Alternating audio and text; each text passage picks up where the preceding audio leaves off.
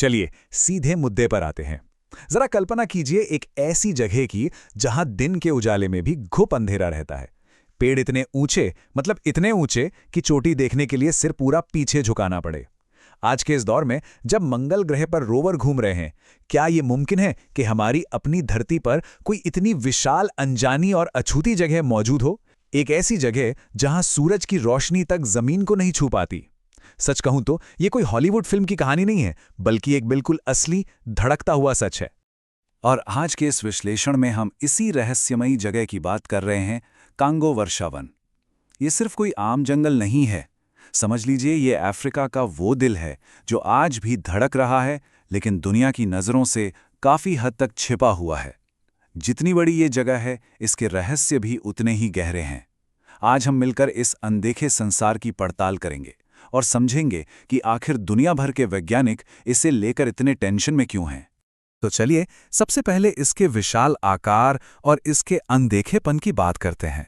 हम एक ऐसे इलाके की बात कर रहे हैं जिसकी कल्पना करना भी दिमाग को चकरा देता है।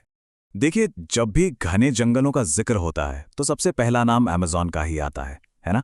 अमेज़न पर तो लगातार रिसर्च होती रहती है, बाकायदा नक्शे बने हुए हैं, बड़े बड़े खोजकर्ता वहां डेरा डाले रहते हैं। लेकिन कॉन्गो की कहानी बिल्कुल अलग है। अमेज़न के बाद ये दुनिया का दूसरा सबसे बड़ा वर्षावन है, लेकिन इसका एक बहुत बड़ा हिस्सा आज भी इंसानी कदमों से बिल्कुल अछूता है। और ऐसा नहीं है कि किसी ने कोशिश नहीं की। असल में ये जगह बहुत ही ज्यादा खतरनाक है। उफनती नदियां, गहरे दलदल, मतलब इतने खतरनाक कि आधुनिक मशीनों वाले बड़े बड़े अभियान भी यहां से उल्टे पैर लौटने पर मजबूर हो गए। अगर इसके साइज की बात करें तो हम पूरे 20 लाख वर्ग किलोमीटर की बात कर रहे हैं। 20 लाख! इसे थोड़ा ऐसे समझते हैं, अगर पूरे भारत देश को उठाकर इस जंगल के अंदर रख दिया जाए ना, तो भी काफी जगह बच जाएगी। यूरोप के तो कई देश इसमें आराम से समा सकते हैं। और ये पूरा का पूरा विशाल इलाका मुख्य रूप से डेमोक्रेटिक रिपब्लिक ऑफ कॉन्गो में फैला हुआ है। वैसे इस इलाके का दशकों पुराना संघर्षों का एक इतिहास भी रहा है, जिसने इस जंगल तक पहुंचने के रास्ते को और भी मुश्किल और रहस्यमयी बना दिया है।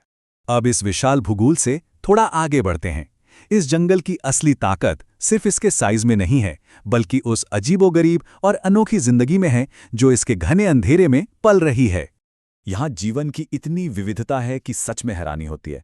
10,000 से ज्यादा तरह के पेड़ पौधे और 400 से ज्यादा स्तनधारी जीव यहाँ रहते हैं, जैसे कि माउंटेन गोरिल्ला, जिनका वजन 200 किलो तक हो सकता है। लेकिन दुख की बात है कि ये अब पूरी दुनिया में 1000 से भी कम बचे हैं। फिर हैं बोनोबो बंदर, जो जेनेटिक्स के हिसाब से हमारे बहुत ही करीबी रिश्तेदार हैं। हमारा लगभग 98.7% डीएनए इनसे मिलता है, और ये सिर्फ कॉन्गो नदी के दक्षिणी हिस्से में ही मिलते हैं। लेकिन सबसे ज्यादा चौंकाने वाला जानवर है ओकापी। पैरों पर जेब्रा जैसी सफेद धारियां, गर्दन थोड़ी लंबी, लेकिन असल में ये जिराफ का रिश्तेदार है। जरा सोचिए, इतना बड़ा जानवर, और 20वीं सदी तक विज्ञान को इसकी भनक तक नहीं थी। जब दुनिया में हवाई जहाज उड़ रहे थे, रेडियो बज रहे थे, तब तक ये जानवर सबसे छिपकर मजे से रह रहा था। यही तो है इस जंगल का असली जादू। और हां, ये सारे रहस्य सिर्फ जमीन पर ही नहीं है। इस जंगल के ठीक बीच से होकर गुजरती है कांगो नदी, जो दुनिया की सबसे गहरी नदी है। कुछ जगहों पर तो इसकी गहराई 220 मीटर से भी ज्यादा है। मतलब अगर एक 70 मंजिला इमारत को उल्टा करके इस नदी में डुबो दिया जाए तो वो पूरी की पूरी पानी में समा जाएगी और ऊपर से कुछ पता भी नहीं चलेगा। ये इतनी गहरी है कि आज की एडवांस टेक्नोलॉजी के बावजूद वैज्ञानिक इसकी तलहटी तक ठीक से पहुंच नहीं पाए हैं। अब इतनी गहराई है तो जाहिर सी बात है, वहां सूरज की रोशनी का तो कोई काम ही नहीं।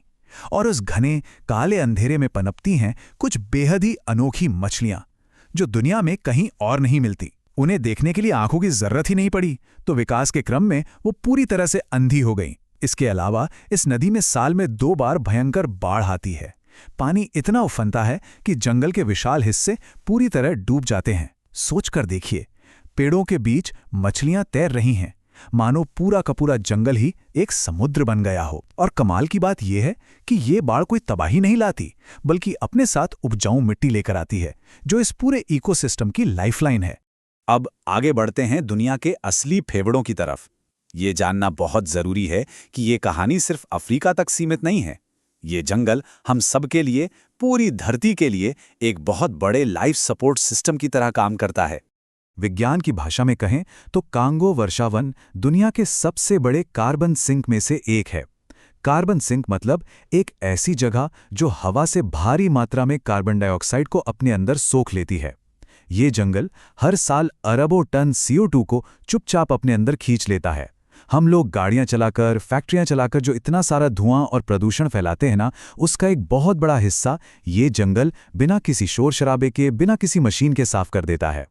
इसको थोड़ा और आसान भाषा में समझते हैं। पूरे यूरोप में जितनी भी कारें चलती हैं, वो एक साल में मिलकर जितना भी कार्बन छोड़ती हैं, ये अकेला जंगल उस पूरे के पूरे कार्बन को सोखने की ताकत रखता है, वो भी सिर्फ अपनी पत्तियों और जड़ों के दम पर। अगर किसी वजह से ये जंगल खत्म हो जाए तो वो सारा का सारा जहरीला कार्बन सीधा हवा में घुल जाएगा और फिर जलवायु परिवर्तन को बेकाबू होने से कोई भी नहीं रोक पाएगा। और इसके फायदे यहीं खत्म नहीं होते। ये जंगल एक तरह से बादलों की बहुत बड़ी फैक्ट्री है। यहां से इतना पानी भाप बनकर उड़ता है कि पूरे अफ्रीका में होने वाली बारिश का एक बहुत बड़ा हिस्सा इसी की वजह से होता है। अगर ये सूख गया तो सूखा पड़ना तय है। इसके अलावा मेडिकल साइंस के लिए तो ये किसी खजाने से कम नहीं है। यहाँ 3000 से ज़्यादा ऐसे पौधे मिलते हैं जिनसे कैंसर, मलेरिया और HIV जैसी गंभीर बीमारियों की दवाइयाँ बनती हैं। फार्मेसी की 25% दवाइयों की जड़ें इन्हीं वर्षावनों में हैं।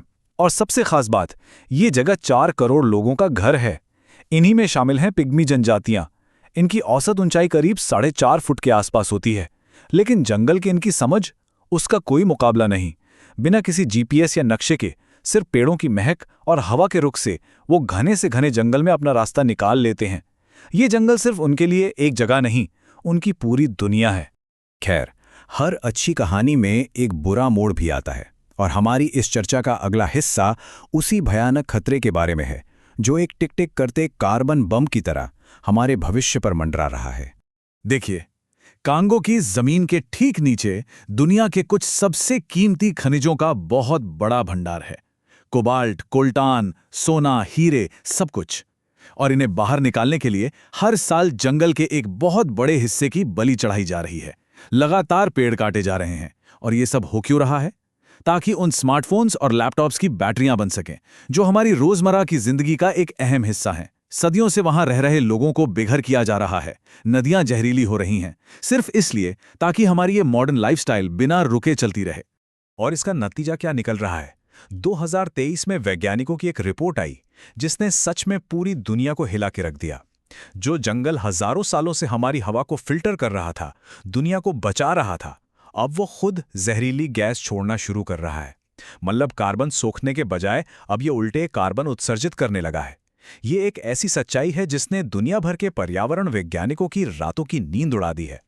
असल में ये सब हो क्यों रहा है? इसका सीधा सा जवाब जंगल के नीचे छिपे पीटलैंड यानी दलदली इलाकों में है। इन दलदलों ने हजारों लाखों सालों से कार्बन को अपनी मिट्टी में मजबूती से कैद करके रखा हुआ है। लेकिन अब लगातार कट रहे पेड़ों और बढ़ती गर्मी की वजह से ये दलदल सूख रहे हैं। और जैसे जैसे ये सूख रहे हैं, इनके अंदर दबा हुआ वो सारा कार्बन हवा में वापस मिल रहा है। एक अनुमान के मुताबिक इसमें इतना कार्बन जमा है जो पूरी दुनिया के 3 साल के कुल कार्बन उत्सर्जन के बराबर है। अगर ये सबका सब बाहर आ गया तो समझ लीजिए कि ये ऐसा कार्बन बम है जो जलवायु परिवर्तन की रफ्तार को भयानक हद तक तेज कर देगा। तो अब सवाल उठता है कि आगे क्या? इस चर्चा के आखिरी हिस्से में हम इस मुद्दे की जटिलता और इसके पीछे की भू राजनीति को समझने की कोशिश करेंगे, जो हम सबको कहीं ना कहीं आपस में जोड़ती है। देखिए, दशकों तक तो कांगो का ये जंगल बिना किसी लालच के पूरी दुनिया के पर्यावरण की रक्षा करता रहा। फिर 2021 में DRC की सरकार ने एक बहुत ही लॉजिकल बात कही। उनका कहना था कि जब हम पूरी दुनिया के भले के लिए अपना इतना कीमती जंगल बचाकर रख रहे हैं, तो अमीर देशों को इसके संरक्षण के लिए कुछ तो वित्तीय मदद देनी चाहिए ना।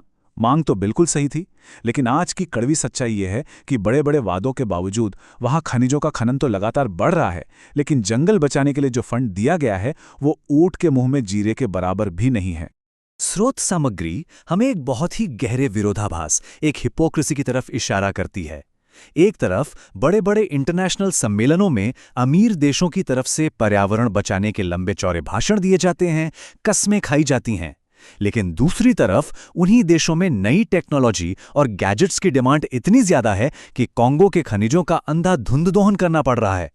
नतीजा, जंगल कट रहे हैं, नदियां जहरीली हो रही हैं और बड़े बड़े वादों के बावजूद इस पूरे इकोसिस्टम को पूरी तरह से नजरअंदाज किया जा रहा है। ये कागजों पर दर्ज एक ऐसा कड़वा सच है जिसे झुठलाया नहीं जा सकता।